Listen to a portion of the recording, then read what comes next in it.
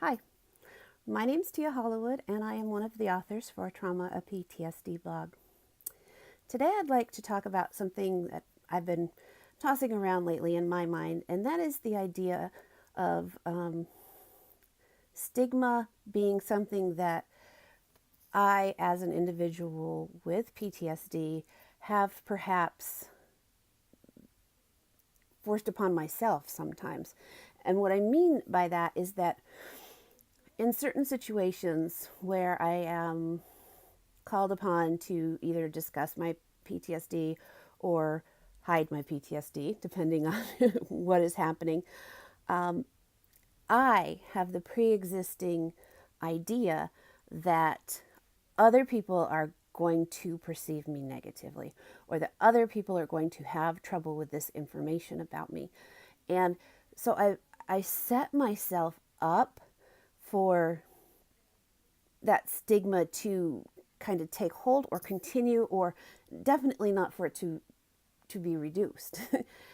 And so I did a little reading and thinking about it, and I'm interested in this idea of approaching it first from your own mindset. So being able to, in your heart and in your mind, really believe, you know what, yeah, I have PTSD.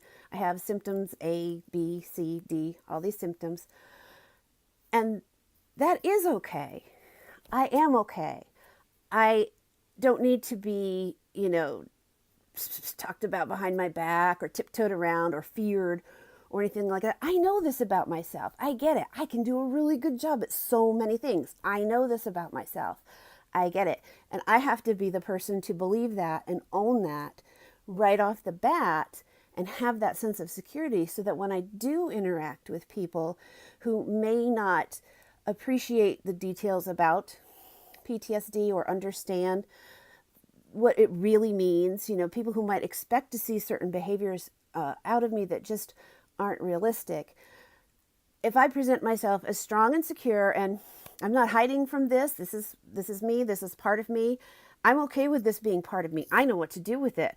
Here's what we do with it. Here's how I work out things. And you have the confidence to go forward and be a voice for yourself in your mind and in front of other people. It can really change how that perception of you is carried, and perhaps other people with PTSD as well, how that perception is carried and changed and how it impacts stigma. And I think that more in the recent years that I have been able to do that more than when I was younger or early on in my diagnosis, because I definitely can call upon times where, in talking about my PTSD, in relating my experiences, I didn't want to make eye contact. I didn't want to really, I was awkward. I was uncomfortable with myself. I was uncomfortable with a piece of me.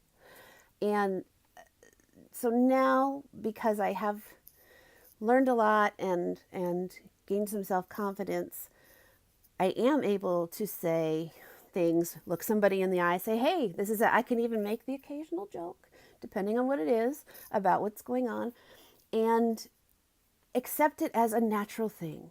It's part of me. It's who I am. I'm still this person that you've always known, and I'm kind of awesome. Thank you very much. Don't be afraid of it. Let's just get to know me and get to know what's going on. So that was my thought, that if we want people to treat us differently and to view us as individuals who have certain things that they need to handle a certain way, but are still perfectly fine and part of society and not to be looked at or feared, that's the start right there for stigma busting. So thank you. Bye.